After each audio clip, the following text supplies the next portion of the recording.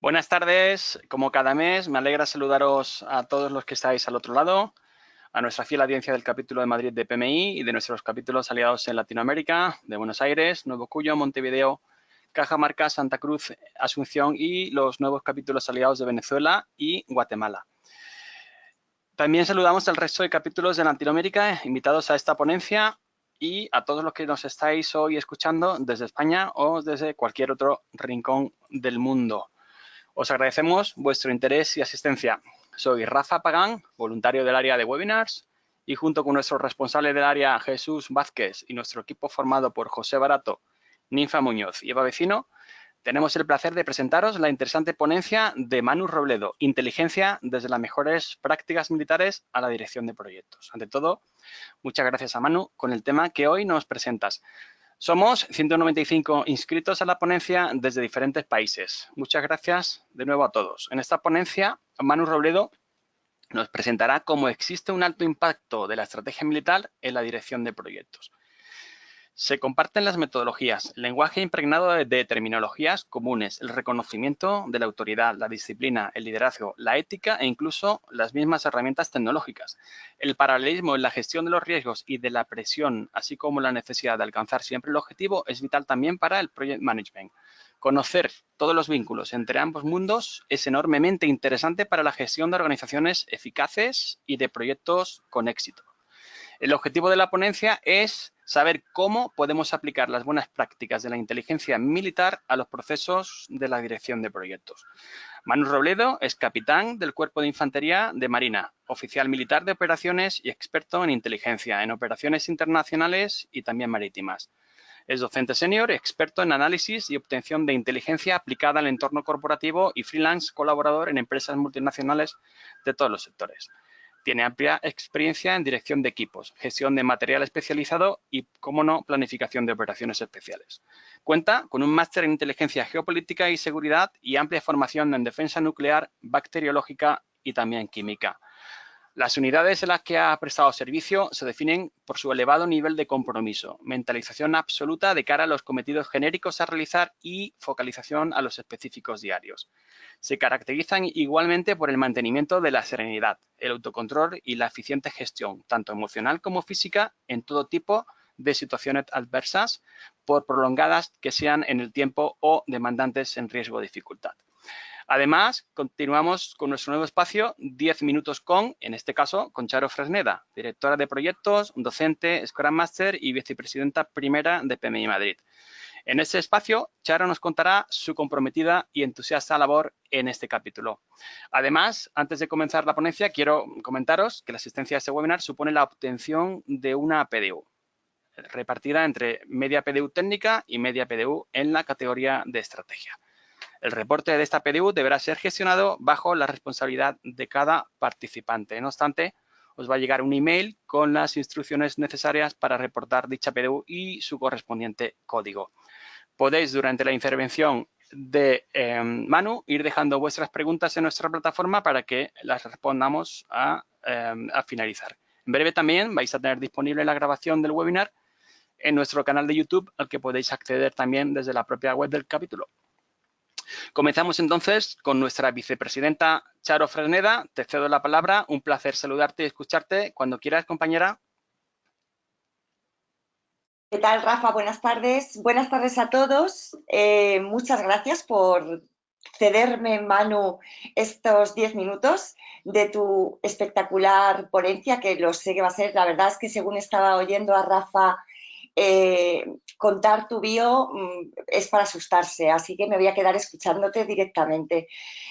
Bueno, buenas tardes a todos. Como dice Rafa, a todo el mundo, a todos los que estéis conectados. Para mí es un placer poder hablaros 10 minutos y compartir con vosotros mi experiencia en el capítulo de Madrid, que bueno, ya es de hace unos añitos. Bueno, pues como le decía Rafa, ¿y qué cuento? Bueno, pues porque yo en el capítulo de Madrid, digamos que llevo ya la friolera de 9 años y Rafa simplemente me ha dicho, Charo, lo que haya supuesto y lo que supone para ti ser parte de PMI Madrid Spain. Bueno, pues para mí ha sido una plataforma y una plataforma de un cambio profesional que venía, y PMI me ha ayudado a hacer ese cambio profesional, conociendo gente, haciendo mucho networking y sobre todo ayudando a favorecer a otros voluntarios y a otras personas que evidentemente estaban en la misma situación que yo en aquel tiempo y sobre todo lo más importante es hacer lo que te gusta. Cuando eres voluntario de una asociación, y en este caso de PMI Madrid, como voluntario que eres profesional, lo más importante para mí es, si te embarcas en esta aventura como voluntario, es hacer realmente lo que te gusta. Y yo en PMI Madrid pues he hecho lo que me ha gustado, lo que se me daba bien y con ello he crecido. Eso es lo que a mí fundamentalmente me ha aportado y me aporta ser parte, miembro de PMI Madrid. Sí, actualmente, bueno, pues yo empecé de voluntaria. Al año y medio de ser voluntaria adquirí el rol de miembro de la Junta Directiva. Después de 6 años pasé al cargo de rol de vicepresidenta primera, en el que estoy ahora. Y bueno, pues nunca se sabe la trayectoria que te depara la vida, pero a priori, pues PMI es mi casa y con la que me siento muy cómoda porque pues, es una plataforma, como digo, networking muy grande, con la cual es de lo que al final tienes que aprovecharte y sobre todo ver que te ofrece PMI Madrid, esa plataforma de networking, de conocimientos, de servicios, de esa exposición de grandes profesionales como hoy está Manu con nosotros, que es algo espectacular. Y de eso sirve PMI al final, ¿no? De ser una comunidad entre profesionales que nos juntamos y nos ayudamos. ¿Y qué hago ahora? ¿Y qué he hecho desde que entré? Pues yo he hecho, bueno, mi bio está aquí, yo no la voy a contar porque creo que es un poco absurdo perder el tiempo en quién soy bueno, pues soy de formación profesional, estudié pues arquitectura y bueno, pues con una variante y una habilidad bastante clara que era diseñar espacios. Esta habilidad que a mí me supuso durante el tiempo que pasé en mi profesión me derivó a totalmente, cuando estás creando espacios para personas, lo que haces es estar pensando en las personas para crear esos espacios. Y aquí en PMI es lo que he hecho. He intentado crear momentos para las personas que forman parte de PMI y en eso ha versado, digamos, toda mi trayectoria a lo largo de todos estos años. No lo voy a leer, ni mucho menos. Cualquier persona que quiera puede ver mi perfil en LinkedIn, en las redes sociales, y si quieren me lo piden, pero no me voy a entretener mucho más. Bueno, pues PMI, como sabéis, está fundada en el 2003. Actualmente somos 13 miembros de la Junta Directiva y entre los cuales yo ahora mismo ocupo el rol de vicepresidenta primera y nosotros pues al final tenemos como otros, pues somos el capítulo más grande de España. Estos miembros de la Junta Directiva y estos voluntarios que día a día, incluso vosotros, las personas que no sois voluntarios, son los que nos ayudáis a crecer y a que al final pues podamos fundar branches como hoy en día que tenemos pues varios, como el de Asturias, Aragón. Esto es un crecimiento que es constante y es precisamente eso, ¿no? Porque entre todos hacemos las cosas buenas, ¿no? Y además dentro de las mejores prácticas. Y dentro del territorio de España pues está Cataluña, Valencia, Murcia, Islas Baleares, Andalucía, Galicia, Ceuta y Melilla. Entonces, como capítulo, ahora mismo somos el más grande. Tenemos 1.800 y pico socios, esto va fluctuando un poco, pero a día de hoy somos el más grande y los que más, y perdonadme si hay algunos, pero los que tenemos una amplia oferta de servicios para todos vosotros, que es en lo que estamos ahora, ¿no? ¿Cuál es mi rol de vicepresidenta primera? Bueno, mi rol de vicepresidenta primera es, pues, yo ahora mismo soy la responsable de patrocinios del capítulo de Madrid. Es verdad que durante mi rol, digamos, en la junta directiva como miembro, mi rol era mucho más de cara a externamente hablando, pues era la directora de congresos y eventos. He sido durante 5 años. Antes de eso, pues digamos que hice el plan estratégico de fidelización y bueno, pues siempre enlazada a las personas. Ahora estoy un poco más en el back office, aunque estoy presente, pero estoy un poco en el back office, en mi rol de presidenta, ¿no? De vicepresidenta primera. Y al final, bueno, pues yo os veo desde atrás, pero veo lo que hay delante, con lo cual para mí es un privilegio que al final es lo que pasa, que seguimos creciendo. ¿Qué hago en cuanto a la responsabilidad de patrocinios? Bueno, pues como todo es crecer, ¿no? Y al final lo que hacemos es intentar que el PMI Madrid Spain se surta de suficientes patrocinios para poder ofreceros los servicios que hoy en día os ofrecemos y sobre todo que al final el acuerdo entre, digamos, PMI Madrid y el patrocinador, en este caso, pues que sea un win-win, ¿no? Que al final a él le aporte valor el que sea parte de PMI Madrid y, por supuesto, nosotros os aportemos valor a todos vosotros como socios, ¿no? Como socios y como voluntarios. Aquí tenéis todas las funciones, que tampoco las voy a leer porque no soy de leer, es absurdo, y cualquier persona que lo requiera, pues yo se lo puedo enseñar. Es lo que he dicho a lo largo de toda mi trayectoria, pues también soy un poco responsable de todo el plan de comunicación que se hizo hace años, que hoy en día ha variado muchísimo también, pero digamos que fui pionera en algunas puestas, en algunas oportunidades y aportes como la Bolsa de Empleo, como ese plan de comunicación, como esos eventos y congresos que cambiaron tanto de tener quizá 100 personas a subir a 350 y a 400 en cuanto a ese valor que nosotros queríamos daros a todos vosotros.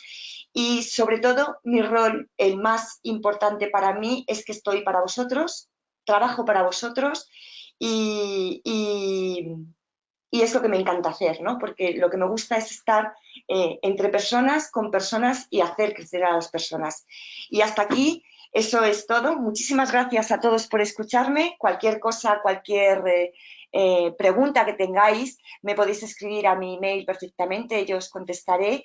Y muchas gracias por haberme escuchado. Manu, yo desde aquí ya te dejo la mano a esa gran ponencia que estoy deseando de escuchar. Y buena tarde a todos. Gracias.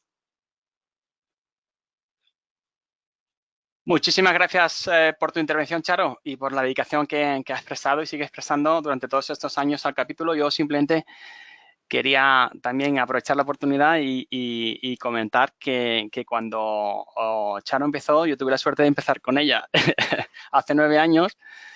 Tuvimos la ocasión de entrar, ¿verdad? De entrar, me acuerdo perfectamente el día, entramos en la sede de Microsoft, en la En finca. Microsoft, sí, tenemos una foto además. Sí. Entraron los dos ahí y nos recibieron los dos grandes, uno de los dos grandes impulsores también que han trabajado muchísimo, muchísimo durante todos esos años. Sí. Jesús estaba allí y sigue estando, él es un referente para todos nosotros, o ya sigue y es vicepresidente también. Y nuestro compañero también, Óscar Úbeda, que fue el que nos enseñó a... Presentó, sí, sí, Nos sí. enseñó a ser voluntarios, fue el que nos encomendó las primeras tareas. Y desde entonces hemos disfrutado siempre que nos hemos visto y seguimos disfrutando muchísimo trabajando por esa gran familia que somos los Project Managers de España. Creo, Rafa, que deberías hacer un día un espacio para contar anécdotas y yo creo que nos reiríamos mucho porque anécdotas tenemos muchísimas, sí. Muchas gracias a todos, muchas gracias, Rafa. Muchas Hasta gracias. siempre, amiga. Nos Adiós. vemos. Gracias. Pues ya sin más dilación, os dejo con Manu Robledo y su interesante ponencia, Inteligencia desde las mejores prácticas militares a la dirección de proyectos. Cuando quieras, Manu, todo tuyo.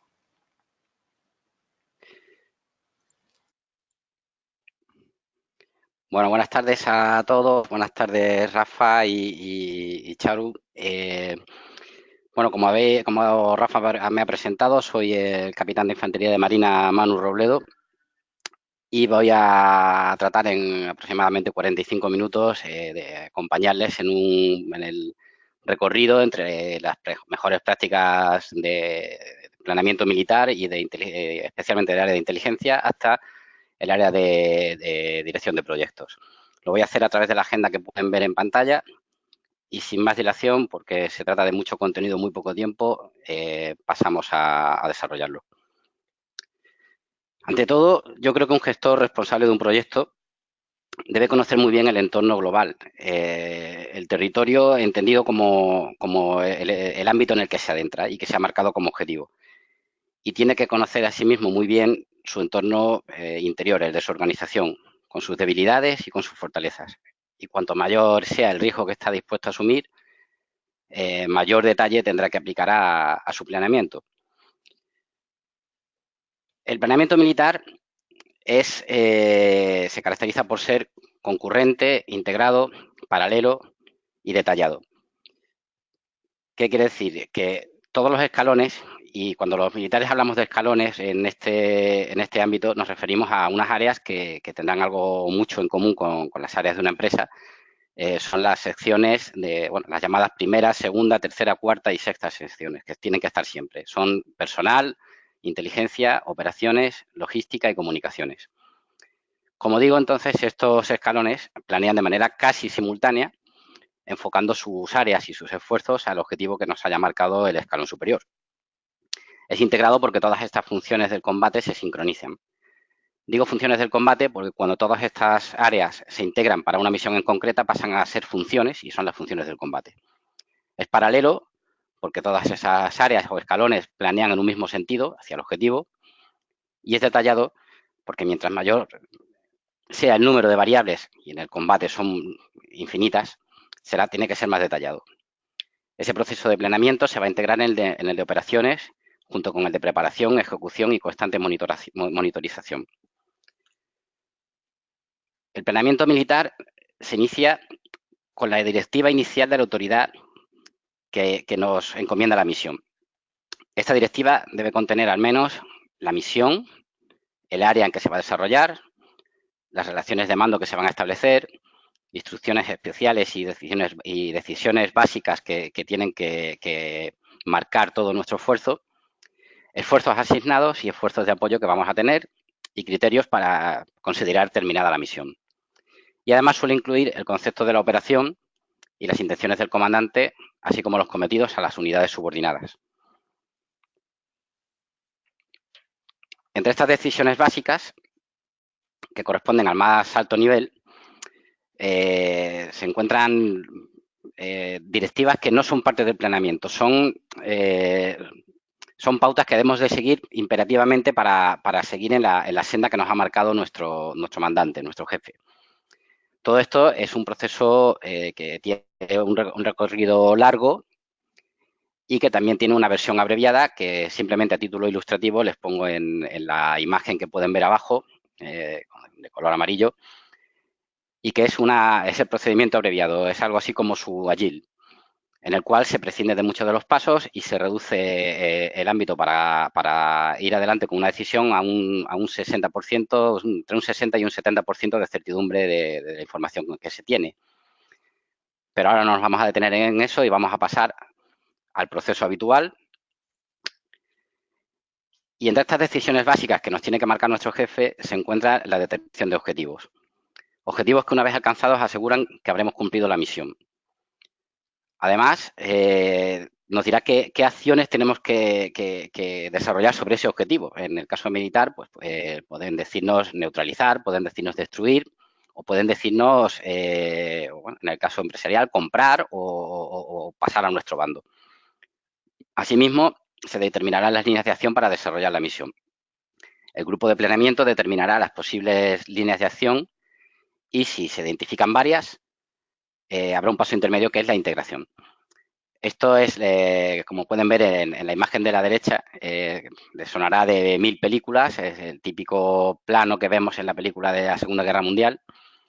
Y ahí vemos un probable objetivo enemigo y unas flechas numeradas del 1 al 3, que son las líneas de acción. A lo largo de estas líneas veremos puntos que pone TAI, que pone DP, bueno, son puntos de decisión y son objetivos de alto valor. Esos puntos de decisión son aportaciones de inteligencia que nos llevarán a decantarnos por una línea de acción, por una COA o por otra. Las fases del planeamiento son las del proceso largo, las del proceso estándar doctrinal.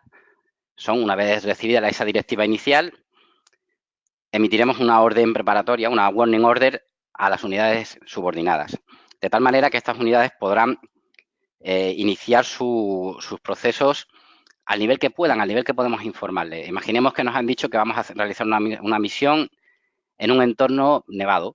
Bien, pues sí, con ese simple dato ya nuestra unidad subordinada pues ya puede ir consiguiendo cadenas para los vehículos. Aunque no podamos decirle más, ya se han puesto a trabajar y se han puesto a trabajar en la dirección correcta. Posteriormente, durante el análisis de la misión, irán implementándose los inputs de información y, una vez analizada, podremos lanzar una nueva warning order para que nuestros escalones subordinados puedan entrar más en detalle. Posteriormente se desarrollan las líneas de acción, se confrontan esas líneas y según el resultado de esa confrontación se tomará una decisión y se elaborará lo que llamamos un concepto de la operación, un CONOPS, donde ya se describe muy en detalle. Y finalmente se desarrollará y se emitirá la documentación oportuna, entre la cual se incluirá la propia orden de operaciones definitiva, que pondrá a todas las unidades a funcionar en el sentido que haya decidido el mando. Para todo esto seguimos la regla de un tercio, 2 tercios. Esto quiere decir que un tercio del tiempo disponible nos lo vamos a reservar, igual que nuestro escalón superior habrá hecho lo mismo, y 2 tercios se los vamos a dar a las unidades subordinadas. La imagen de la derecha verán que es la repetición del proceso de planeamiento en diferentes escalones. Imaginemos que la brigada da una misión, emite una warning y la pasa al nivel batallón, que a su vez hará lo mismo con el nivel compañía. Bien, pues cuando el batallón se lo pase a la compañía, de todo el tiempo disponible se quedará solo con un tercio. En ese tercio él trabaja, pero le deja los 2 tercios restantes a las unidades subordinadas, que son las que van a ejecutar. El inicio del proceso de planeamiento, que como he dicho, en paralelo es la emisión de una warning para el subordinado. Eso es muy, muy importante, y omitirlo tiene luego problemas de retraso en todo. Parte de esa directiva inicial, con la cual se activan los estados mayores afectados y se reúnen en la conferencia inicial de planeamiento. Y en esta conferencia el mando hace su estimación y emite una guía inicial de planeamiento. Esta guía inicial de planeamiento es la que va a marcar todo lo que debemos hacer durante ese planeamiento. Ahí va a marcar una serie de líneas de las que no podemos salirnos. En todo lo que no esté marcado somos libres de disponer de los medios que tenemos, de la fuerza, de la logística y de todo.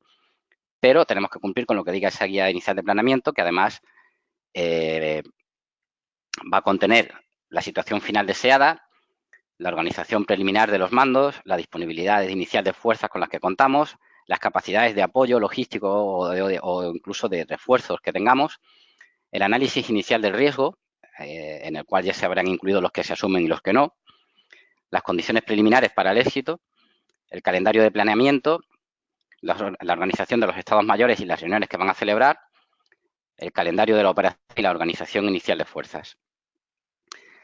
Todo esto es muy importante y en especial reviste importancia conocer la situación final deseada por el comandante y las intenciones del comandante. La situación final deseada, pues por ejemplo, mi situación final deseada en esta ponencia es que ustedes conozcan que existe algo llamado inteligencia, que tiene un respaldo doctrinal, que es una disciplina científica y que es una disciplina que encaja perfectamente en los procesos empresariales y que tiene un gran respaldo doctrinal a nivel internacional. Estudiamos la misión recibida y la asignación, en la que tiene asignada el escalón superior y 2 escalones por encima, si es que esto es posible. ¿Por qué es tan importante comprender lo que quiere el escalón superior y 2 escalones por encima?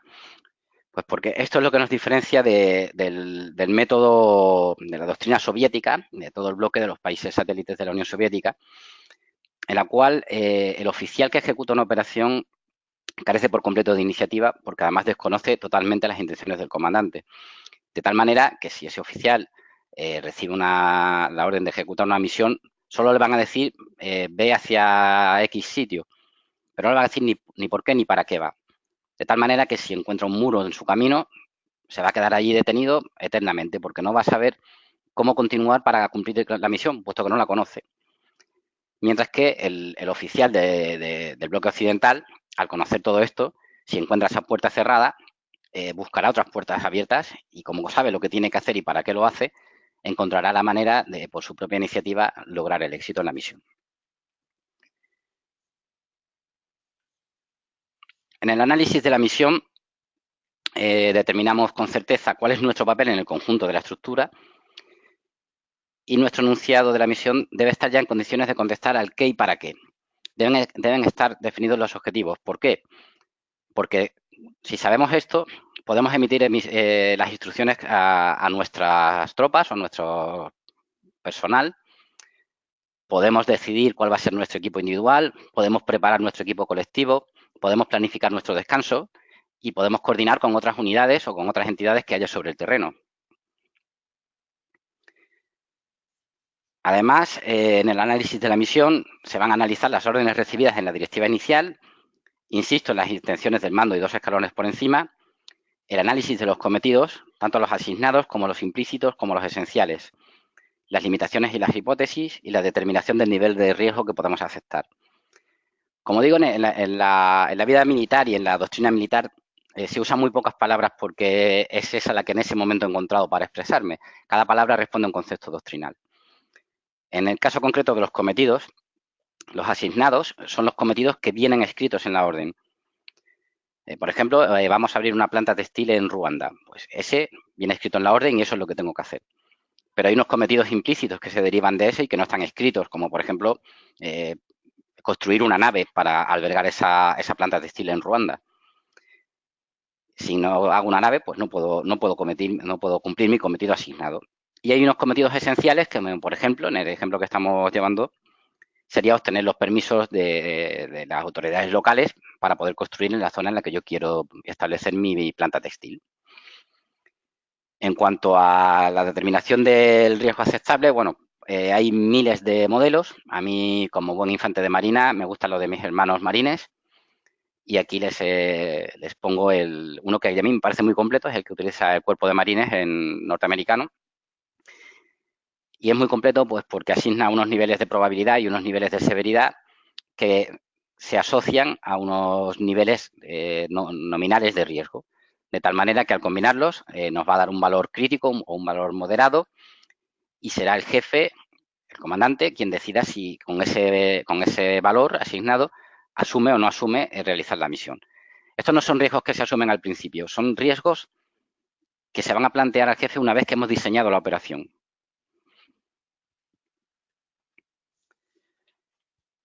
En este punto, la fase está evolucionando a una reunión de planeamiento conjunta y va a finalizar con la primera conferencia de planeamiento o conferencia de análisis de la misión.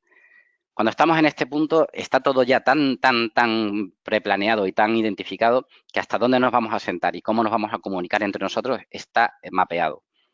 Sabemos, yo sé dónde me voy a sentar, sé cómo me voy a comunicar con otra sección y sé qué medios de informáticos tengo a mi alcance, sé qué medios de comunicación, qué radios, qué teléfonos seguros, lo sé todo y sé dónde me siento y sé dónde está el jefe y lo sé absolutamente todo lo que tengo que saber para estar focalizado en mi misión. El mando ahora va a presentar su juicio inicial de inteligencia, que le habrá hecho su sección de inteligencia, porque cada una de estas secciones son pequeñas gargantitas del jefe. Cuando el jefe habla de inteligencia, lo hace su sección de inteligencia. Cuando habla de operaciones, lo hace su sección de operaciones. Veremos las limitaciones y servidumbres, entendiendo limitaciones como líneas rojas que se nos han marcado y que no podemos cruzar de ninguna manera. Véase, cuando ponga mi nave en Ruanda para poner mi planta de textil, no puedo dañar el ecosistema del escarabajo pelotero ruandés. Pues si me lo han puesto, esa línea no la cruzo. Y las servidumbres, que son cosas que a lo mejor no me hace mucha gracia que ocurran, pero que asumo que tienen que ocurrir y que me convienen. Por ejemplo, que luego una comitiva de políticos ruandeses se quieran hacer una foto conmigo en la nave para arrogarse el mérito de ese desarrollo. Veremos los cometidos fundamentales, veremos los posibles riesgos que hemos detectado, se expondrá la propuesta de una misión desarrollada y se emitirá una primera lista de informaciones críticas que cada uno de los departamentos va a necesitar. Aquí, cuando emitimos la warning order, ya lleva un formateo establecido. Explicará la situación, explicará la misión, explicará cómo se va a ejecutar, explicará los aspectos de administración y logística y de mando y control, que incluye las comunicaciones. También ese análisis de la misión implica el inicio del proceso IPB, que es, en castellano es la preparación del espacio de batalla desde el punto de vista de la inteligencia. Seguidamente se procederá al análisis de los factores tiempo, espacio y fuerzas disponibles y la determinación de las primeras necesidades críticas de información, pasando a la definición de los objetivos de la fuerza ejecutante y la redacción de otra propuesta de misión. Este análisis se ha iniciado en cada departamento por separado, bajo la supervisión del escalón superior, que estará viendo que se está siguiendo su guía de planeamiento y estará corrigiendo cualquier tipo de salida de esta línea de mando. Aquí es donde inteligencia presentará su juicio inicial de inteligencia, que entre otras cosas contendrá las líneas de acción del rival. Y para poder hacer esto, inteligencia habrá empezado a trabajar mucho antes que los demás departamentos para poder conocer a la perfección al adversario, al rival o, en el caso de la empresa, al competidor. Y conocerá sus medios, conocerá sus maneras de actuar, conocerá sus procedimientos y conocerá su motivación. Y como las conocerá, en adelante se va a dedicar a fastidiar al resto de las áreas, asumiendo el papel del competidor. Se va a poner en su pellejo y va a jugar en contra del planeamiento en todo momento. Va a estar atacando totalmente todas las decisiones que se tomen. De tal manera que se van a identificar fallos, vulnerabilidades y debilidades en nuestro planeamiento y con eso podremos conseguir fortalecerlo. En la imagen pueden ver ya el sempiterno ciclo de inteligencia del que muchos habrán oído hablar y que en breve nos va a ser lo que dé vida a la presentación. Hasta aquí hemos hablado de planeamiento en general y ahora ya vamos a detenernos en lo que es la propia inteligencia. Ya en el 1250 a.C., en palabras de Moisés recogidas en la Biblia, pues nos encontramos la primera orden de obtención.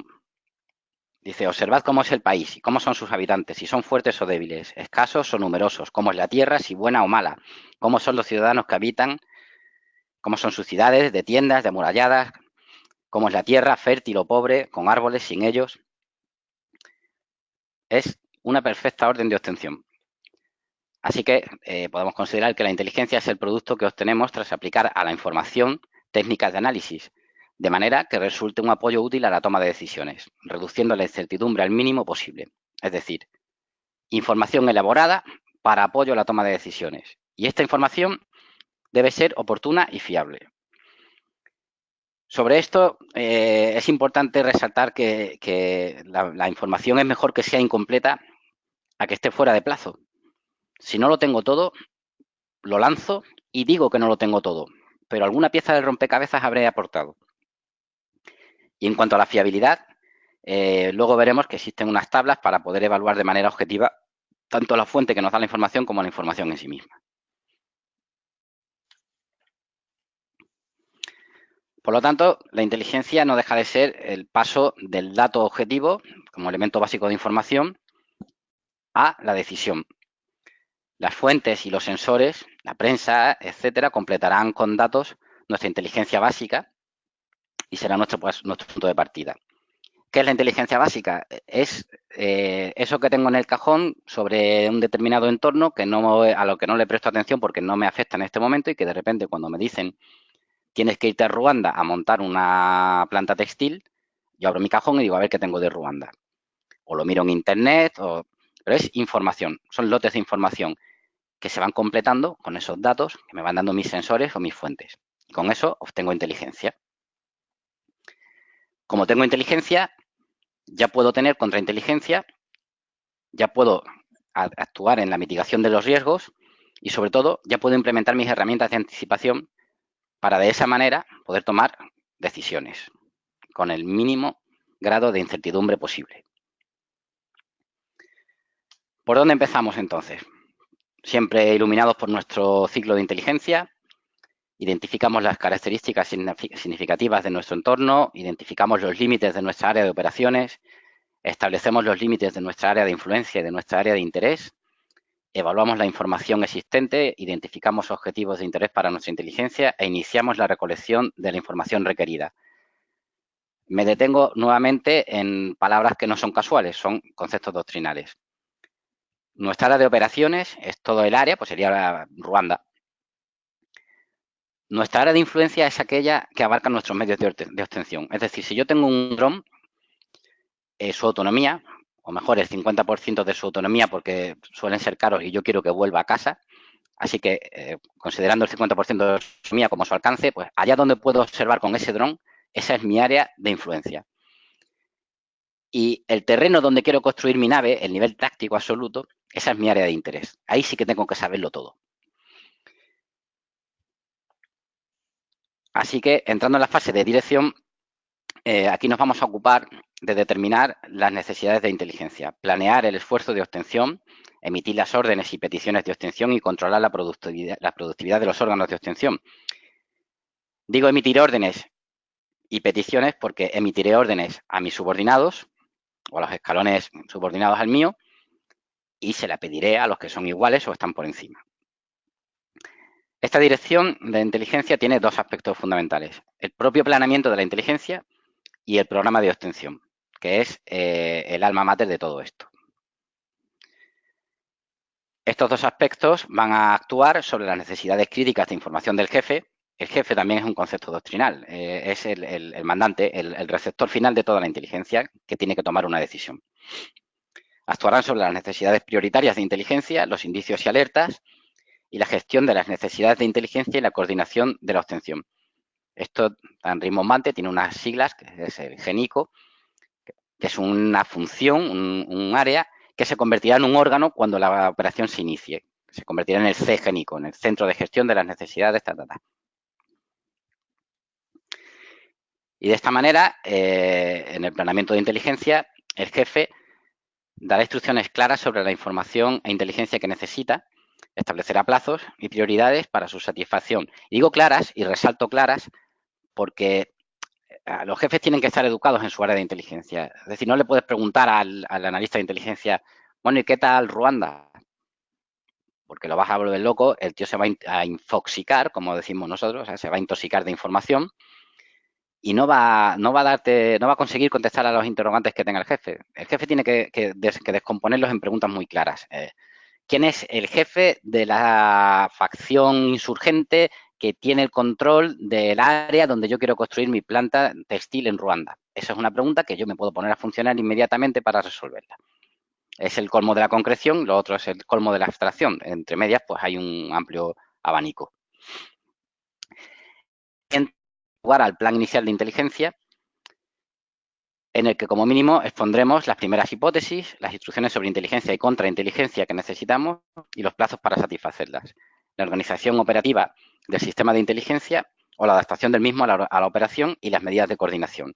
Muy importantes las medidas de coordinación. Todos hemos oído alguna vez en un telediario que en una operación de la Guardia Civil que de incógnito, no estaba enterada la Policía Nacional, entonces la Policía Nacional entró, se confundieron entre ellos, los buenos con los malos con los malos, los buenos con los buenos y acabaron mal.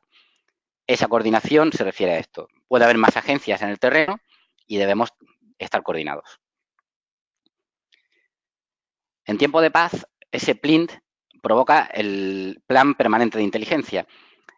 Es un documento que a su vez recoge las zonas potenciales de riesgo, las amenazas a nuestra seguridad, las necesidades de inteligencia y contrainteligencia, peticiones y órdenes de obtención con carácter permanente o periódico que debemos satisfacer, zonas de responsabilidad de inteligencia antes definidas, del escalón emisor y de los inmediatos subordinados.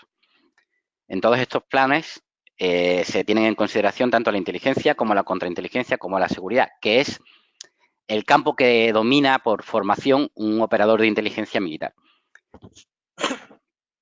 Esto es fácilmente extrapolable a la empresa. O sea, no está de más tener planes de contingencia para, si se reúnen las condiciones adecuadas, poder emprender determinadas acciones que reviertan un rendimiento óptimo para la empresa. Y estar siempre preparados contra una amenaza real o ficticia, igual que hacen los países. Los países cuando hacen su adiestramiento y su preparación militar, si no tienen un enemigo se lo inventan y se van al más probable. Pues tal vez al vecino, tal vez al que me ha mirado mal, al que sea. Y todo lo que se hace en el año se hace pensando en él. Nos protegemos de un posible ataque y actuamos sobre una posible agresión. De manera que le damos contenido y sentido al adiestramiento. Pues de la misma manera, en el ámbito empresarial podría ser extrapolado este método. Y entramos de lleno en el programa de obtención, que es, como digo, el alma de la fase de dirección y lo seguirá siendo de todas las demás fases. Es el aspecto de la dirección que deriva de la relación entre el personal de inteligencia y sus fuentes y órganos. Implica decidir cómo ha de responderse a los interrogantes del jefe y qué información o inteligencia responde a estos interrogantes. Asignar cometidos a los órganos adecuados para obtener la información necesaria de todas las fuentes disponibles o la localización de otras nuevas. Mantener un control para garantizar que la información es correcta, está siendo obtenida en forma y tiempo oportunos.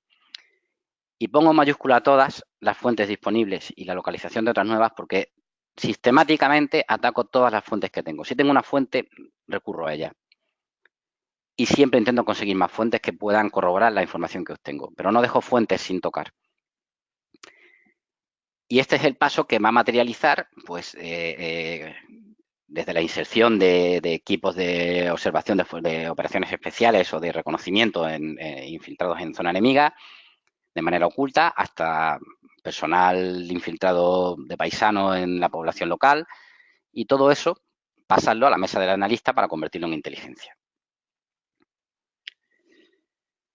Como vemos, el operador de inteligencia y concretamente el analista interviene en todo el proceso. Desde que existe un interrogante, desde que existe la más mínima duda, desde que queremos entrar en un terreno desconocido, aparece un operador de inteligencia que quiere responder a las preguntas que se planteen.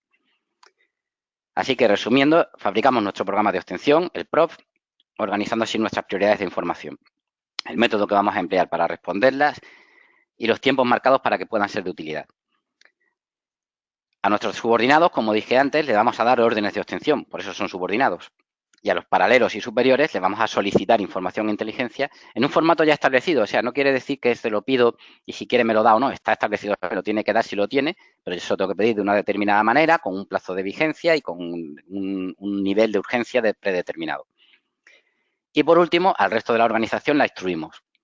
Se le dan preguntas muy concretas, indicios que puedan aportar a nuestro rompecabezas sin necesidad ni de que sepan lo que estamos buscando, ni de que ellos sean expertos en nada. Porque todo hombre tiene que ser un sensor. Lo que ven ahora en pantalla es un ejemplo de un PROF sencillo pero muy útil. Como siempre, lo que es sencillo y útil casi siempre suele venir de la mano de los marines americanos. Se inicia con las PIRS, que son nuestras NPIs, nuestras necesidades prioritarias de inteligencia. Se descomponen en indicadores, en evidencias, y estos a su vez en datos, en necesidades específicas de inteligencia.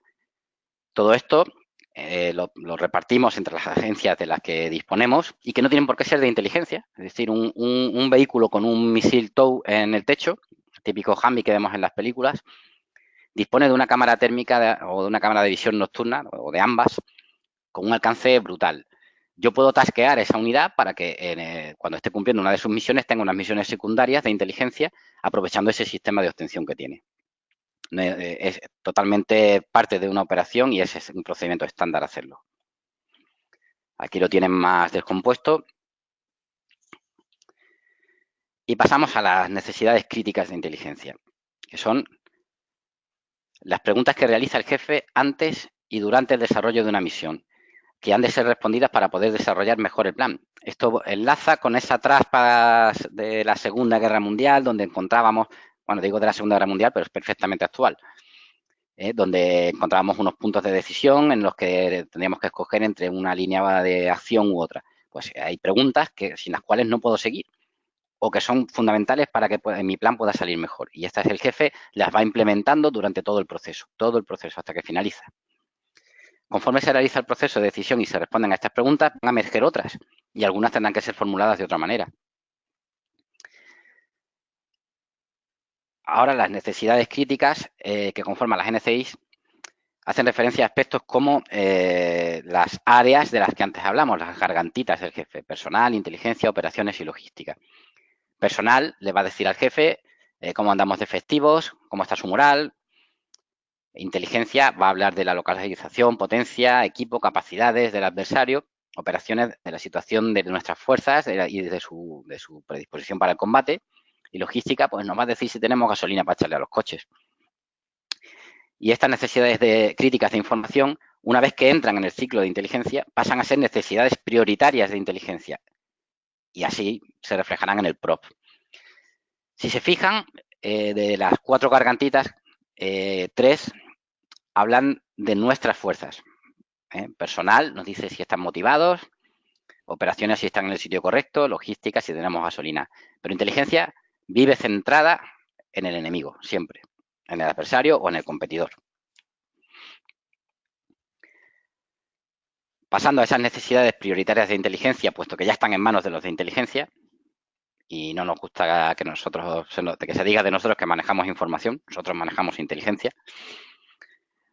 Algunas de las necesidades de críticas de información del jefe se van a poder contestar mediante las bases de datos de inteligencia básica que antes les comenté, se van a poder contestar acudiendo a medios a la obtención y difusión de información por vías normales. Otras se deducirán elaborando informaciones sobre el adversario o evaluando su capacidad. Pero aquellas necesidades que, siendo críticas para el jefe, no hayan sido satisfechas mediante esa simple información, se tienen que transformar en necesidades prioritarias de inteligencia y tienen que ser redactadas por la inteligencia y presentadas al jefe para su aprobación. ¿Por qué? Porque han de pasar al plan de obtención y ser parte del planeamiento y se convierten en una orden para ejecutar. Por eso el jefe primero tiene que aprobarlas. Tanto las necesidades críticas de información como las necesidades prioritarias de inteligencia se van a alimentar durante todo el desarrollo de la operación e incluso a su finalización, porque así obtendremos inteligencia básica y objetivos que apoyarán a futuras operaciones. Deben ser identificados los más apropiados para cada operación, hablando de los indicios y alertas que antes comentábamos. Los indicios son elementos de información que reflejan el propósito o la capacidad que tiene nuestro competidor para aportar o para adoptar una determinada línea de acción. Pueden ser indicios de alerta o precaución, tácticos o de combate, identificación o firma del equipo. Aquí entraríamos en cuestiones de guerra electrónica que no se pueden enunciar. Y el personal de inteligencia y contrainteligencia, en función de su capacidad, determinará los indicios que son adecuados para cada situación operativa. Según la naturaleza de estos indicios, se determinarán las fuentes y los órganos encargados de explotarlos para obtener esa información y esa inteligencia, así como para poner en práctica las medidas de detección y seguridad en las operaciones. Y sobre esto 2 matices. ¿Por qué, según los indicios, se determinarán los órganos? Pues porque si esos indicios tácticos de alerta que hemos dicho revierten un especial peligro, pues ya a lo mejor no va a poder ser una unidad regular la que se infiltre y ponga un observatorio. Tendrán que ser operaciones especiales o tendrán que ser agentes operativos de paisano insertados directamente, infiltrados en una ciudad o, en fin, gente más especializada, más preparada para asumir esos riesgos. Y segundo, no sería la primera vez que, hablando de estos temas, alguien me pregunta, ¿estás seguro que la palabra decepción iba allí? Sí que va allí. La palabra decepción es un concepto doctrinal, como tantos otros conceptos, traducido directamente del inglés. Significa engaño. Es poner una realidad aparente como pantalla de otra que es la auténtica. Y pasamos al cegenico, perdón, al genico, que aún no se ha convertido en cegenico porque aún estamos hablando de una función. Son las actividades que dan como resultado el empleo eficaz y eficiente de la obtención. Es el proceso de explotación de todas las fuentes y difusión de información e inteligencia de oportunidad para satisfacer las necesidades de inteligencia. Es decir, es quien gestiona todo lo que de arriba hay que pasar a las unidades sobre el terreno y todo lo que las unidades sobre el terreno obtienen y hay que pasar hacia arriba. Por lo tanto, es un órgano fundamental de coordinación y de gestión. Comprende 2 actividades principales. La gestión de esas necesidades de inteligencia que surgen desde el momento en que se le asigna un mando o una zona de responsabilidad de inteligencia, tanto en paz como en crisis como en guerra. Y la coordinación de esos esfuerzos de obtención, como acabamos de decir, seleccionando las fuentes y dirigiendo los órganos de obtención que las explotan. Para la ejecución de estas actividades se crea un centro, el CEGENICO, o célula cuyo jefe puede difundir información e inteligencia de oportunidad a los usuarios que la precisen. Por lo tanto, ¿qué estamos haciendo? Estamos dando paso a las unidades para que canalicen todo, convertido en un producto racional que el jefe va a entender y que va a encajar en todo lo que son sus necesidades de inteligencia. Y con esto damos paso a la fase de obtención, que consiste en la explotación sistemática, como dije antes, de todas las fuentes por los órganos de obtención y la entrega de la información obtenida a las unidades de elaboración para que la transformen en inteligencia. Y aquí pues hay muchísimas disciplinas, dependiendo del nivel tecnológico e incluso de la imaginación de quien le pone el nombre. Pero en fin, las más utilizadas, las más estándar son el UMIN, el SIGINT, el IMINT y el OSINT. UMIN es inteligencia humana o inteligencia clásica, es decir, de fuentes humanas. El SIGINT es de señales, de emisiones de radio. El IMINT es análisis de imágenes para obtener inteligencia y el OSINT son fuentes abiertas, como podría ser Internet. ¿Qué estamos haciendo al final? Estamos materializando el PROF. Ese programa de obtención le estamos dando vida. ¿Y qué hemos hecho? Un proceso de planeamiento específico. Inteligencia tenía una misión y ha planeado. En definitiva, hemos dado paso a que los analistas entren en la fase de elaboración, que es la producción de inteligencia mediante su compilación, evaluación, análisis, integración e interpretación tanto de la información como de la inteligencia recibida. Es decir, pasamos del terreno a la mesa del analista. La compilación es el registro, la recepción, registro y clasificación de los informes que llegan. Es decir, nos está llegando chicha. La evaluación es la clasificación de los elementos de información en función de la fiabilidad de la fuente y credibilidad de la información, que ya veremos la tabla en otra traspa. En resumen, evalúo lo que me está llegando, lo filtro y le doy sentido. Y paso al análisis, revisión y estudio de una información para su interpretación posterior. Empiezo a meterme de cabeza en todo lo que tengo ahí, me meto en harina y empiezo a sacar conclusiones. Integración es la selección y combinación de lo obtenido con lo que ya tenemos y con nuestros intereses para la elaboración de la inteligencia. Es decir, tengo una gran parte de un todo que nunca llegaré a tener y voy añadiéndole esas piezas que he ido analizando. Este punto es crítico porque es el punto donde pueden aparecer los sesgos. Los sesgos son una de las cosas más temidas por un analista de inteligencia, porque un sesgo se cuela y no nos damos cuenta. Y muchas veces nosotros mismos no sabemos eliminarlos. Por eso recurrimos a herramientas que convierten el análisis en algo absolutamente objetivo y alejado de esos sesgos propios. Y por último, pasamos a la interpretación, que es la valoración de lo analizado en relación con el conjunto actual de conocimientos y ya extraemos conclusiones y presentamos una panorámica general de la situación. ¿Y qué toca hacer ahora? Difundir esa inteligencia. La difusión es la entrega oportuna de información o inteligencia de la forma apropiada, porque normalmente están establecidos los formatos en los que se tiene que volcar. Los principios básicos para la difusión son la oportunidad, debe llegar a tiempo, la adecuación debe poder ser entendida por el destinatario, responder a sus necesidades y ser difundida por un sistema al que el destinatario tenga acceso.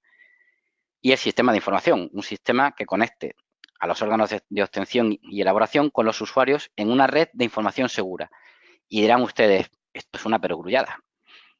Pues sí, es una perogrullada, pero yo me lo he encontrado. Me lo he encontrado en 2 de 4 despliegues.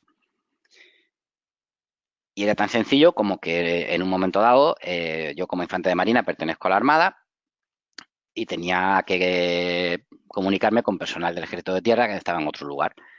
Pero mis medios de comunicación seguros, ellos no los tenían y yo no tenía los suyos, con lo cual no había una red segura. Estas cosas pasan.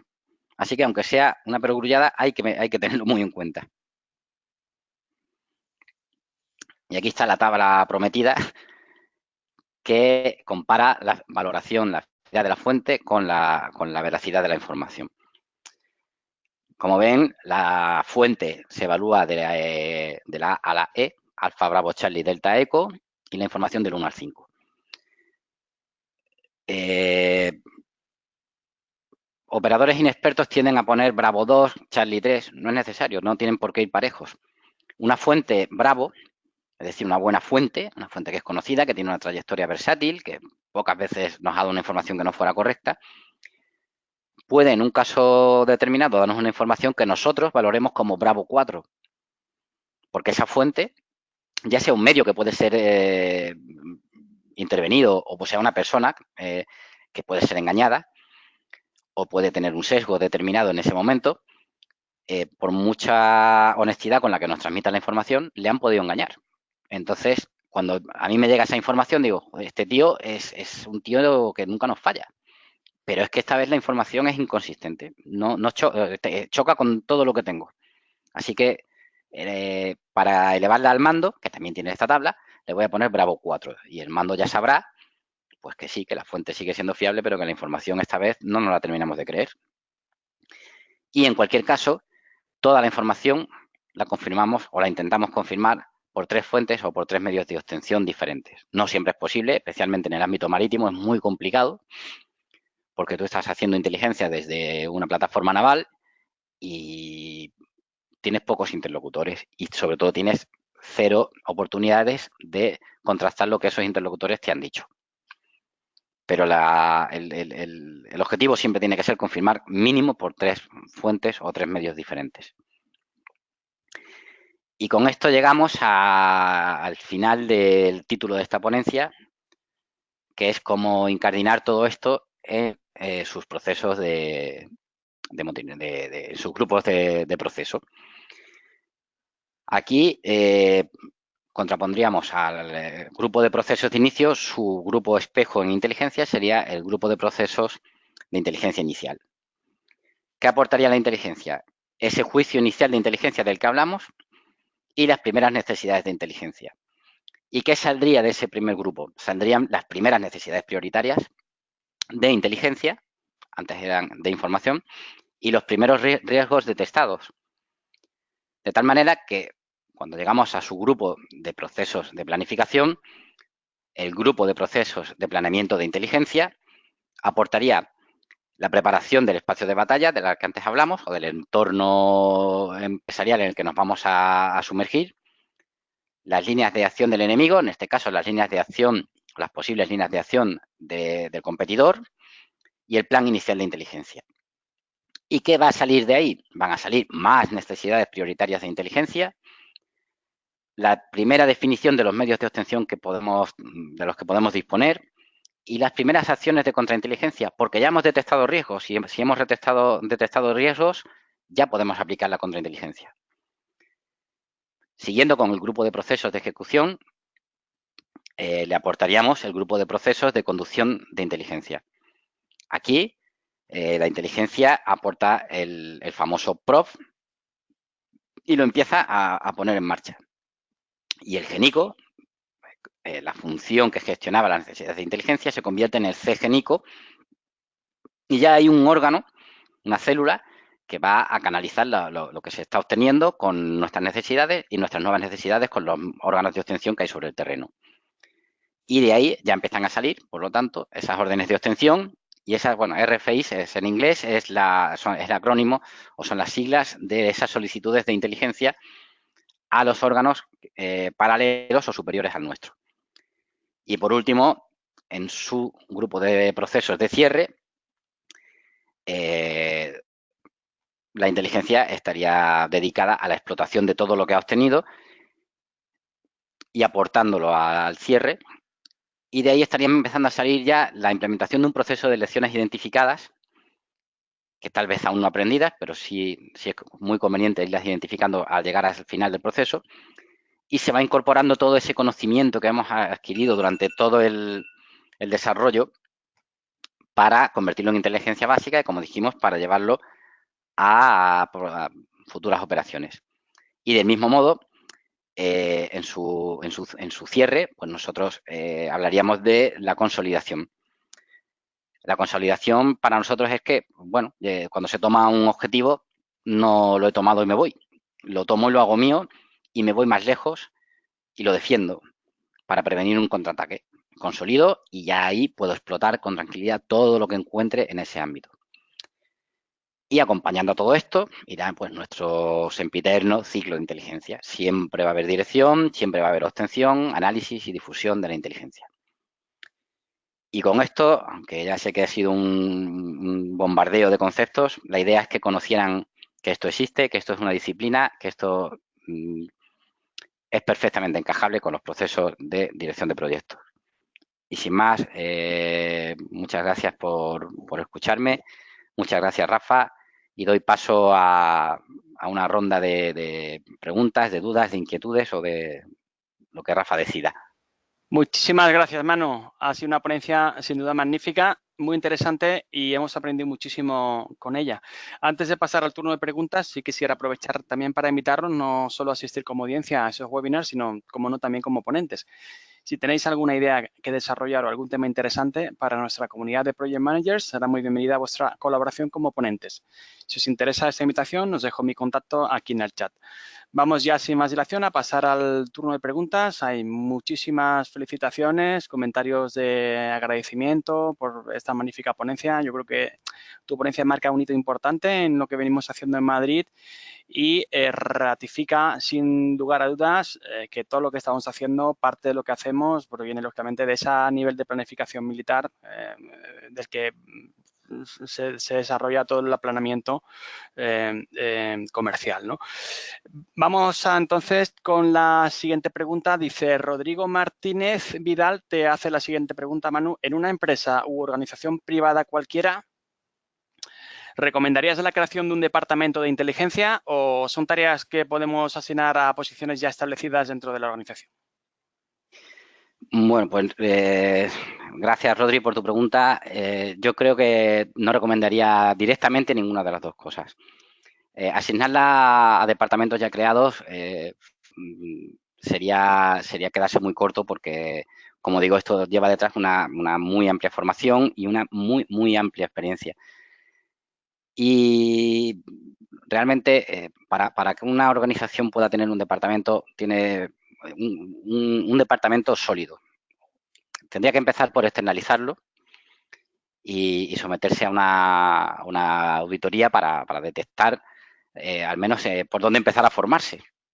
Y luego, pues, una formación y tal vez hasta una mentorización durante un tiempo para asegurarse de dejar instaurado un procedimiento que funcione.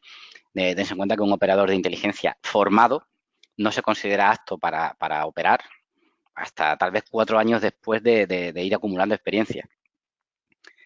Así que mi consejo siempre, pues, primero ir de la mano de expertos. Ir de la mano de expertos hasta que se pueda instaurar. Muchísimas gracias por la respuesta. Yo también ahí podría matizar, yo trabajo también como analista de negocio en el ámbito corporativo, es decir, que me dedico a la inteligencia privada, por decirlo de alguna forma, y estamos hablando de, efectivamente, para obtener, por ejemplo, la máxima certificación de analista de negocio internacional, que es el CEBAP, del Instituto Internacional Canadiense, estamos hablando de unas 7.500 horas de vuelo, que aproximadamente suponen pues esos 4 o 5 años mínimos para hacer recomendaciones a la capa estratégica, a la capa de planificación táctica de proyectos, ¿no?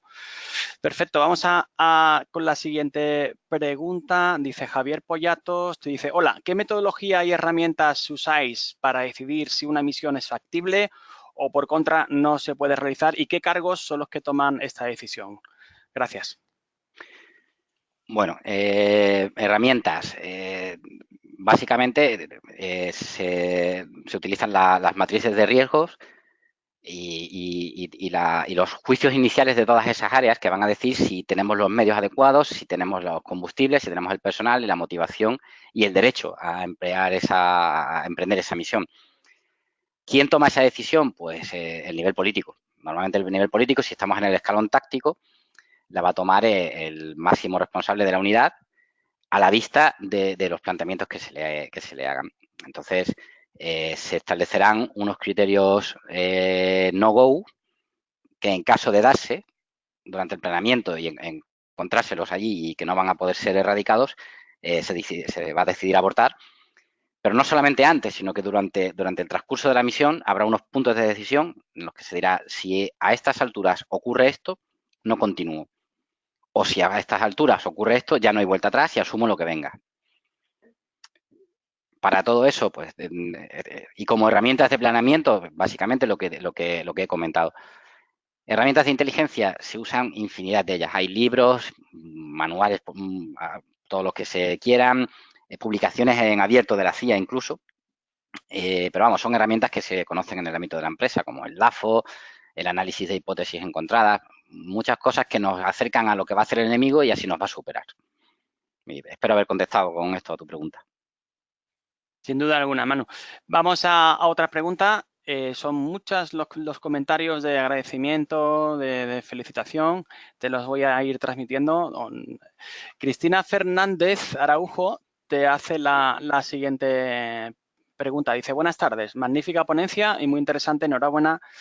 Dadas las restricciones, ahora viene la pregunta, dadas las restricciones legales que puede haber en el mundo civil y muy alejado de la estrategia del combate, ¿cómo se pueden materializar acciones de contrainteligencia sin caer en el espionaje ilegal? Bueno, esa pregunta es frecuente que el analista y el operador de inteligencia se encuentran ante esa disyuntiva. Es decir, hay un marco legal muy claro fuera de las operaciones militares que impide el espionaje, impide determinadas acciones agresivas. No me refiero a agresivas físicamente, ¿no?, sino agresivas en los medios empleados, que están absolutamente prohibidas. Pero, especialmente en el caso de la contrainteligencia, ¿no?, que aparte de que su labor sea protegerse de la inteligencia del competidor, también es detectar nuestras vulnerabilidades y muchas veces esa vulnerabilidad pues puede ser se me ocurre un señor que está vendiendo información de nuestra empresa. ¿Qué se haría en combate? Pues no sé, cualquier barbaridad o cualquier cosa muy civilizada, pero el abanico es muy amplio. Aquí, pues obviamente no lo podemos hacer un interrogatorio ni nada que invada su parcela legal. Pero bueno, esa persona, antes de deshacernos de ella, y esto es una cosa que siempre tiembla el pulso al mando, ¿no? Yo, por la larga experiencia en este aspecto que tengo, siempre tomo esa opción, pero amparado por esa experiencia. Normalmente, a un señor que hiciera eso, trataríamos de llevárnoslo a nuestro terreno. Es decir, hacer que siga haciendo lo que estaba haciendo, pero ahora esa información se la voy a dar yo y lo que voy a hacer es desinformar a mi competidor. La pregunta del millón sería, ¿cómo lo consigues? ¿Con una amenaza? No, obviamente no puedo amenazarlo porque también es ilegal, pero bueno, este señor sabe que cuando yo me entreviste con él, porque lo he pillado, le diré, mire, le voy a despedir a pesar de que tiene usted 7 hijos, 4 hipotecas y 2 coches sin pagar. Y además le voy a contar a todas las empresas del sector lo que usted ha hecho. Y este señor, pues seguramente con su mirada ya me estará pidiendo negociar. Y a lo mejor el negocio, pues mire, si quiere que todo esto no ocurra, pues a partir de ahora sigue usted haciendo lo que estaba haciendo con mi competidor, pero ahora la información se la voy a dar yo. Con esto quiero decir que el marco, la delgada línea roja es muy sutil, pero hay muchas maneras, con experiencia y con buenas prácticas, de ejercer esas labores que, aunque parece que están en el alma del espionaje clásico, son absolutamente legales y civilizadas. Y muchas gracias, Cristina. Muchísimas gracias a ti por responder de forma tan extensa y tan desarrollada. Vamos con otra pregunta. Miguel Coronado, compañero de PMI, amigo, dice, excelente presentación, Manu. Confirma que la gestión empresarial ha copiado las buenas prácticas de la gestión militar. A modo de ejemplo, el ciclo de inteligencia me recuerda a mí al ciclo de calidad de Deming y a alto nivel lo que sería crear un buen plan de negocio. Has mencionado en varias ocasiones la referencia a de acuerdo a la doctrina o según la doctrina. ¿Podrías explicar qué significa doctrina dentro de un concepto militar y cuál sería su equivalencia al sector empresarial? Muchas gracias.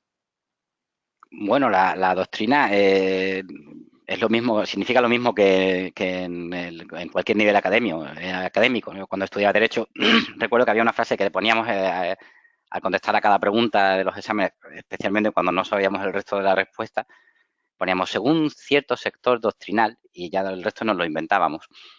La doctrina es eso, es todo lo que hay escrito, todos los innumerables manuales que poco a poco van estando desclasificados y van siendo de más fácil acceso y que definen pues todas las buenas prácticas y todo lo que debe ser la inteligencia y todos los pasos que se dan. Es decir, es lo mismo que si estudiamos una una materia concreta, pues una medicina, derecho, tiene su doctrina que la acompaña. Y la inteligencia también. Nombro tanto la doctrina porque es un campo que el extrapolarlo al mundo civil es relativamente nuevo y el oportunismo es, perdónenme la expresión, pero es brutal. Entonces, donde tiene que aparecer un analista de inteligencia, aparece un detective privado o aparece un guardaespaldas. Y no se trata de eso. La disciplina de inteligencia está respaldada por eso, por un gran componente doctrinal. Y es una materia, pues como en mi caso, objeto de un máster, aparte de la formación militar en la Escuela de Guerra del Ejército de Tierra. Queda No sé claro. si lo he dejado. Sí, Gracias. queda perfectamente claro que eso es un nivel de análisis, pues igual que hacemos en la vida profesional, con sus correspondientes certificaciones, buenas prácticas, marco doctrinal, con un nivel muchísimo más alto de abstracción que lo que manejamos nosotros en el entorno corporativo, ¿no? Porque, claro, las inversiones y el riesgo, hablamos de personas, no de maquinaria. Pero bueno, vamos a una pregunta muy interesante también de Dalia Santos. Nos hace una pregunta relativa al enfoque personal, ¿no? Dice, buenas tardes. A la vista de los resultados que se esperan de los analistas de inteligencia, da la sensación de que se juegan su prestigio cada vez que desarrollan prospectiva. ¿Es este un factor limitante? Por supuesto que sí, en un porcentaje altísimo de los casos lo es. Muchas gracias, Dalia, por cierto. Decir que, según mi criterio y mi experiencia, un 80% de analistas de inteligencia se ven limitados por esto y entonces, con todas estas herramientas que acabamos de exponer y muchísimas más que son de una formación específica, nos explican lo que ha pasado. Otro porcentaje pequeñito, a lo mejor un 15%, nos va a decir lo que está pasando. Pero solo un mínimo porcentaje se va a atrever a decirnos lo que va a pasar. Y esto es así porque se juega su prestigio. Porque igual que el jefe hemos dicho que tenía que estar educado para hacer las preguntas adecuadas, también tiene que estar educado para saber que el analista de inteligencia, cuando hace prospectiva, se puede equivocar. El analista ha trabajado con todo lo que tiene disponible, con lo que le han dicho, y se va a acercar, y en muchos casos, y además es una gran satisfacción cuando las cosas pasan exactamente como has dicho que iban a pasar. Pero también puede ocurrir lo contrario. Y claro, si ese jefe descarta a ese analista porque una vez no ha dado en el clavo, ese analista se queda fuera de la rueda, de la comunidad de inteligencia, como lo llamamos. Y en muchos casos la gente pues se lo piensa muy mucho antes de hacer prospectiva. A mí particularmente la prospectiva es lo que más me apasiona de la inteligencia, aunque es verdad que una vez que la hago y la pongo encima de la mesa, me estoy comiendo las uñas un tiempo hasta que los hechos confirman o nunca me ha pasado lo contrario, lo que he dicho que iba a ocurrir. Pues sí, pues esto es lo que a veces nos ocurre también en proyectos, ¿no? Tenemos que basar la buena práctica, pero estamos siempre gestionando ambigüedades. José Miguel Andrinal te dice, buenas tardes, muchas gracias por esta presentación tan interesante. Una pregunta para Manu. Si extrapolamos inteligencia al mundo de la empresa con conceptos tales como vigilancia tecnológica, inteligencia de negocio, etcétera, ¿a qué podríamos extrapolar la contrainteligencia? Legal, claro. Muchas gracias, José Miguel. Buenas tardes. Bueno, es cierto que hemos hablado mucho de inteligencia y poco de contrainteligencia, pero realmente es que es lo mismo. O sea, la contrainteligencia es la inteligencia aplicada a la inteligencia del competidor. Es decir, son básicamente las mismas herramientas, pero a nivel protección. Es decir, el que se está dedicando a la contrainteligencia no está preparando una campaña, está previniendo la campaña en nuestra contra. Está viendo todas nuestras vulnerabilidades, está viendo cómo podemos optimizar cosas, por qué se nos está yendo parte del rendimiento. Está buscando blindar la organización. No se quiere meter en ningún momento con la organización del contrario, aunque en un momento dado sí cree esa decepción, sí cree esas pantallas para que el contrario vea lo que nosotros queremos que vea y de esa manera no vea lo que queremos que no vea. Pero básicamente es lo mismo, o sea, como un arquitecto que hace casas y mañana hace rascacielos. Es la misma disciplina con cometidos diferentes.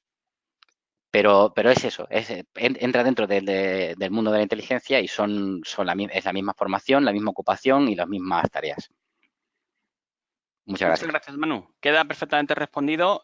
Son las 9:20. Yo creo que sí estamos alargando como nunca el webinar, abusando también de tu disponibilidad, pero lamentablemente tenemos que ir ya planteándonos el cierre. Vamos a ir con las dos últimas preguntas. Luis Uribe te hace la siguiente pregunta. Dice, ¿es válido afirmar que todos los procesos de inteligencia de una misión deben registrarse en las lecciones aprendidas, ya que son inputs para próximas misiones? No solamente es válido, sino que es pecado mortal no hacerlo. O sea, el proceso de lecciones aprendidas se está implantando a nivel Fuerzas Armadas, como supongo que a nivel empresarial, por fin, y de una vez por todas, hasta por escrito. O sea, ya los procedimientos escritos para actuar recogen el proceso de lecciones aprendidas. Yo siempre he bromeado con esto porque las cosas pasan y vuelven a pasar y vuelven a pasar y vuelven a pasar y las lecciones aprendidas. Por eso yo las llamo identificadas, porque a ver si de una vez por todas, que ya las hemos identificado, alguna vez las aprendemos también. Pero sí, por supuesto que es válido afirmarlo. Muchas gracias, Luis. Muchas gracias a ti y a Luis por preguntar. Vamos con la pregunta ya casi penúltima. Nuestro amigo Fernando de Kuwait, al cual te echamos de menos. Fernando, querido, vuelve pronto. Fernando te hace la siguiente pregunta. Dice, ¿qué factores se tienen en cuenta para definir el umbral de un riesgo? En un proyecto civil tenemos factores como financieros, de calidad, de tiempo, de alcance, de ingeniería, de construcción, etcétera. Obviamente, nosotros no gestionamos o no contemplamos el factor de las vidas humanas o el factor de la reconstrucción del área de guerra. ¿Puedes indicarnos un poquito cómo lo hacéis? Gracias. Bueno, esto es amplísimo y a la vez simplísimo. Va a depender siempre del entorno operativo en el que nos encontremos, ¿no? Por poner un ejemplo real que me atañe a mí y por lo tanto puedo hablar de él, en Afganistán, cuando hacíamos una matriz de riesgos, pues efectivamente contemplábamos la posibilidad de que nos pegaran un tiro, pero también la de que el terreno fuera impracticable para nuestros vehículos, que hubiera una tormenta de arena que puede provocar enfermedades, que nosotros éramos mentores de tropas afganas, ahí era frecuente el Green on Blue, que se llama, que es el incidente provocado por la agresión de un teórico aliado contra uno de los mentores. Bueno, que el fallo de un motor, el que no tenemos apoyo aéreo, el que el médico no ha podido venir, todo lo que en ese entorno se nos ocurra. Hay quien le llama esto, estos son los ISIS. Y si me ocurriera, hay quien le llama a ese momento el momento en el que acude el hada de las buenas ideas, porque siempre hay un ISIS que acaba fastidiándolo todo y que acaba obligando a replantearse todo el planeamiento. Entonces, nosotros lo que hacemos es que esos factores de riesgos le vamos aplicando medidas de mitigación. Es decir, existe un porcentaje muy alto de que me peguen un tiro y además, si me pegan un tiro es un riesgo muy severo. ¿Cómo minimizo yo esto? Pues poniéndome un chaleco antibalas. Existe un riesgo muy alto de que la nieve impida que el convoy avance. ¿Cómo lo mitigo? Pues llevando cadenas para la nieve. En fin, no sé si con esto he contestado a tu pregunta, pero básicamente depende del entorno y lo que hacemos es mitigar para ver si con esa mitigación la misión entra en un parámetro que puede ser ejecutable. Estupendo, pues ya vamos con la última pregunta y aprovechamos esa pregunta de Mira Andarcia y ya comentaros, ya sabéis que ha habido una noticia muy reciente que el examen para el PMP se va a actualizar, ojo, cuidado, no se actualiza la guía, se actualiza la orientación del examen. Tampoco van a aparecer dominios nuevos, nada por el estilo. Lo que se va a hacer es contemplar pues, un enfoque de elección metodológica, de conocimiento mínimo que el PMP debe tener a la hora de decidir durante la planificación cuál es la mejor orientación desde el punto de vista de la planificación y desde la necesidad tipo de proyecto. Entonces, ¿por qué os cuento esto? Porque esa pregunta va sobre el entorno ágil. Vais a ver cómo todo el agilismo de nuevo proviene del entorno militar. Dice, Amira dice, excelente presentación. ¿Cómo encajarían las técnicas de inteligencia expuestas a la gestión de proyectos bajo el enfoque ágil o adaptativo? Bueno, pues alguna pincelada dimos en una de las primeras trampas, pero existe y cada vez se está haciendo más exquisito una serie de procesos de planeamiento muy rápidos. De hecho, el último en el que yo he participado era desde que nace el problema hasta que se actúa sobre él, el proceso tenía que durar no más de 6 horas.